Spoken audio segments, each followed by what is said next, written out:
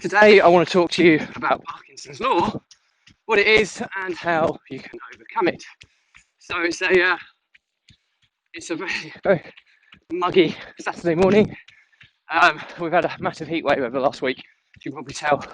Haven't been abroad, I've just got this tan from running and sitting in the garden basically with some friends over the past week. So we've had rain and it's looking like rain for the rest of the week, so all good things come to an end. Anyway, so today's topic is Saturday, which is all things productivity hacks and mindset. Sorry, it's more muddy down here than I thought it was. So Parkinson's Law, what is it and why do you need to understand it? Well, it's like a disease to the productivity guru. Basically what it means in simplistic terms when we're talking about tasks is that whatever amount of time you give to a task, the task will always fill the capacity. So it'll always fill the amount of time you give it. That's Parkinson's Law. So, and often it fills more than the time you give it, as I'm sure many of you can appreciate. So how do we overcome this? Because it's such a hard thing to overcome. How do we, even if it's a simple 15-minute task, how do we manage to make it last for an hour? How do we drag things out? It's that kind of concept here. And basically, I think it comes down to a simple thing: distractions. If you gave something your undivided attention, did not get distracted whatsoever, and focused on it from start to finish, you'd get that completed probably less than the allocated time that you've allotted. Okay, and that's not obviously contrary to the rule, but Parkinson's Law exists because of our attention wanders, and it just means that we'll fill the time. We'll think we're working on a task, but in actual fact, how much of the task did you spend checking on a notification that hit your phone? How much time did you spend just flicking to a different website? Just looking up something that was non-important to that task. How much time was spent, looking at your social media feeds during the time you're supposed to do the task, even if it's a split second. And then that has a compounding impact, because even though you might think, I've only spent a couple of seconds there, what's the rule of distractions and workflow? Well, if you lose your flow, which a simple distraction will do, it will take you out of your state of flow. It takes 24 minutes on average to get back into that state of flow. So if you've just had one distraction, you've knocked yourself back nearly half an hour. So inevitably, Parkinson's Law will exist. Any distractions will make the task expand and the time scale it takes to complete that task grow exponentially. So really, really important you understand this.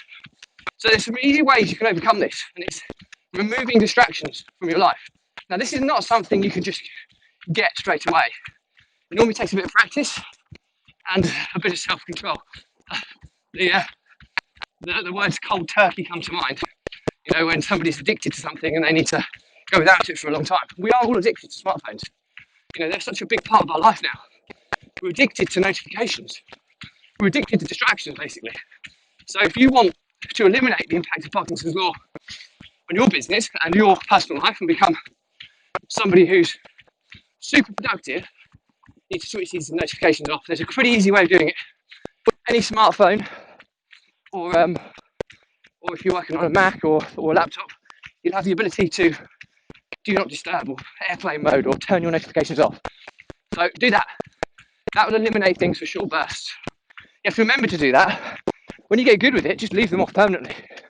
You don't need to do it.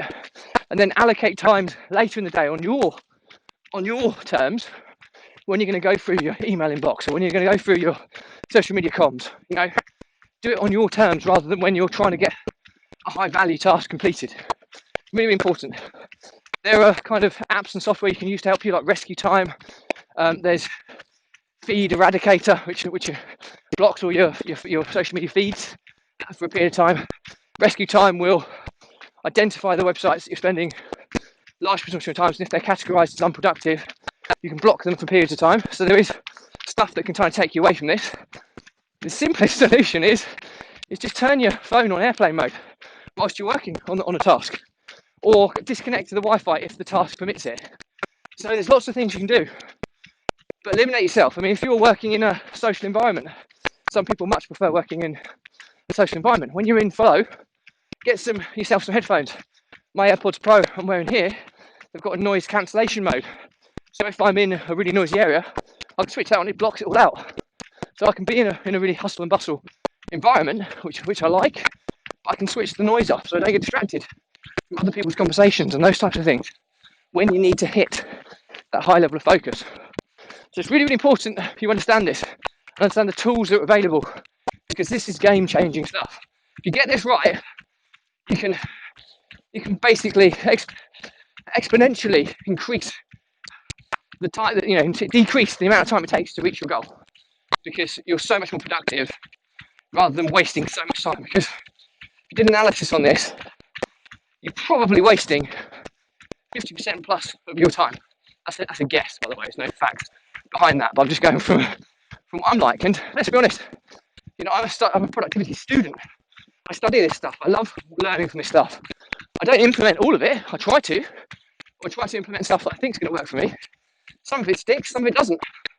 This is something I found hard because I'm doing a lot more on social media now, and I need to respond and engage with people. I'm trying to get this outsourced to VAs, but it's got a little bit more thought needs to go into it rather than just let them loose on my comments. But I will be doing this. But at the moment, I find it really difficult too, so I can get distracted quite easily. So it's something that I'm working on as well. But I think it's the first step in any of this is understanding the cause. If you understand the cause, you can start putting the wheels in motion to correct it. And I'm not saying you have to correct all of it. It might be that you only introduce one of the few things I've mentioned to you. If you just introduce that one thing, the compounding impact of that over the course of time will pay you back tenfold. So really, really important here. I will summarise in a second. I'm just going past some people. And as you're fully aware, I hate talking when I'm going past people. So I'm just going to go past these guys first. Just say my hellos, as always. Morning.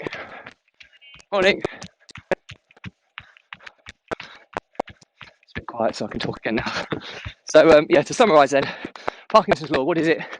Basically, any boundaries or time frame you give to complete a task, the task will take up that full capacity, because that's just what happens. It's incredibly frustrating. So however long you give a task, it will take up that at least and more in often cases.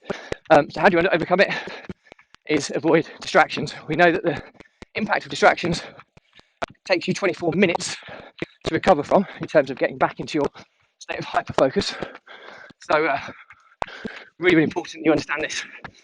Things you can do to avoid it: airplane mode, do not disturb modes on smartphones and devices, disconnect to the Wi-Fi, and if you're in social areas, get some noise cancelling headphones to remove distractions.